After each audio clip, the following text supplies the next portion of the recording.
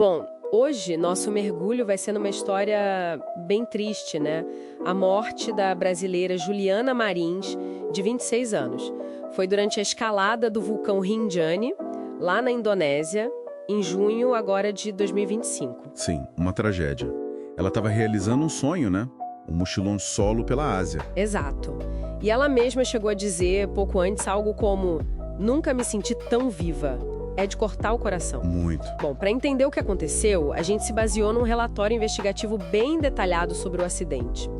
Nosso objetivo aqui não é só contar a história, mas tentar entender as falhas, sabe? As falhas do sistema e essa crise de responsabilidade no turismo de aventura que esse caso acabou expondo. É importante contextualizar, né?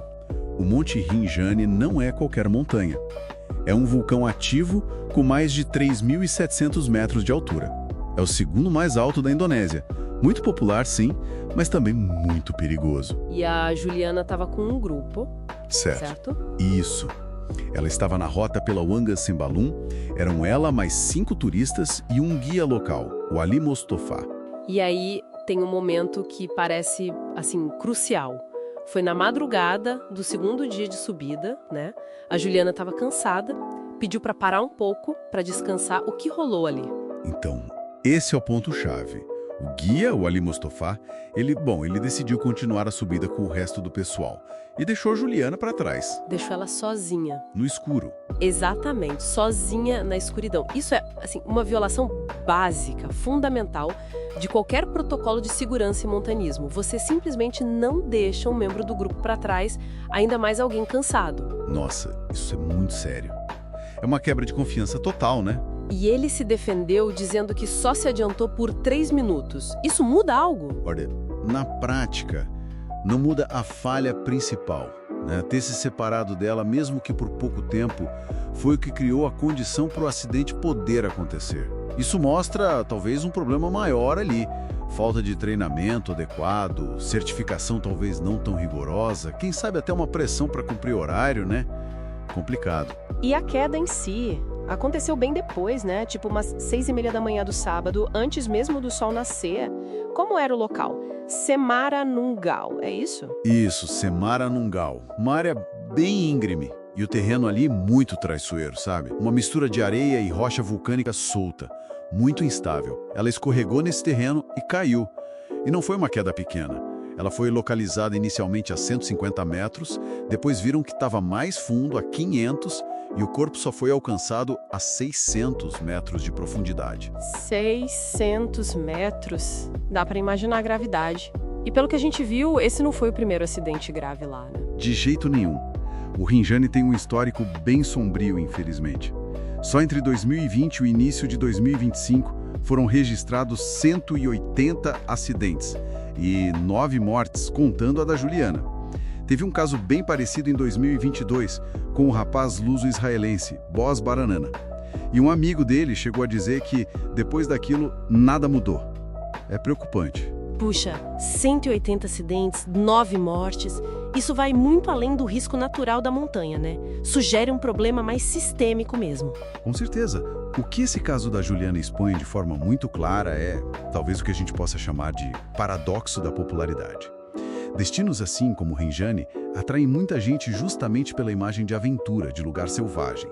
Mas essa mesma popularidade, essa busca pela aventura pura, acaba dificultando a implementação de regras de segurança mais rígidas.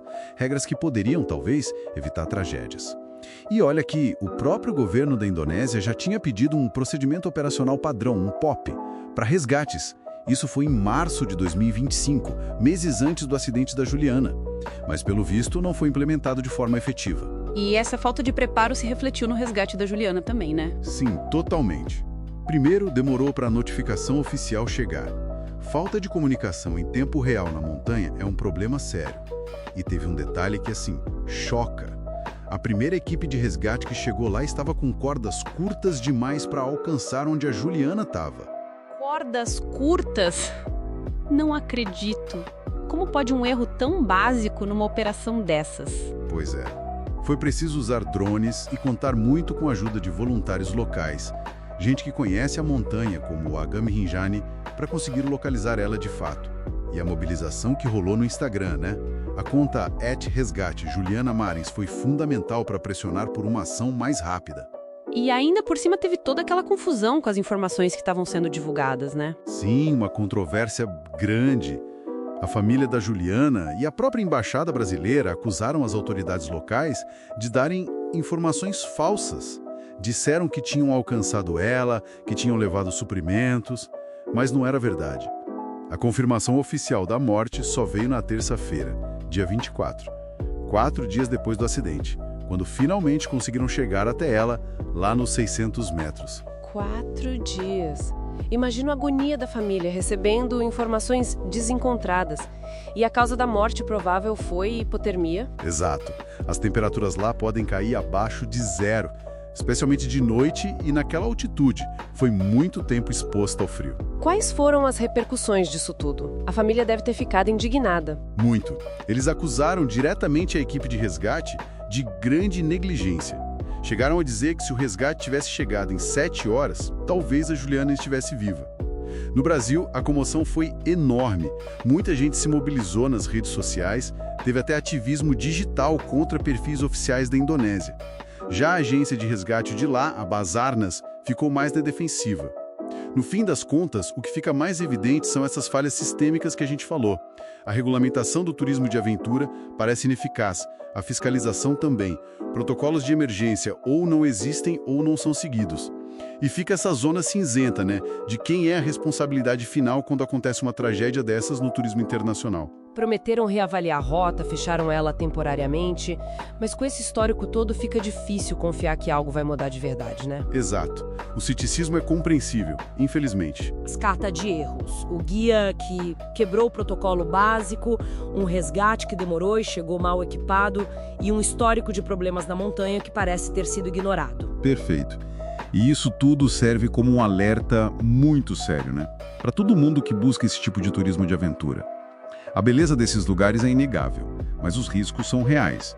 É fundamental pesquisar, questionar as condições de segurança que são oferecidas, não dá para confiar cegamente. Fica essa reflexão, né? O legado que a Juliana deixou sem querer talvez seja justamente forçar essa discussão sobre responsabilidade.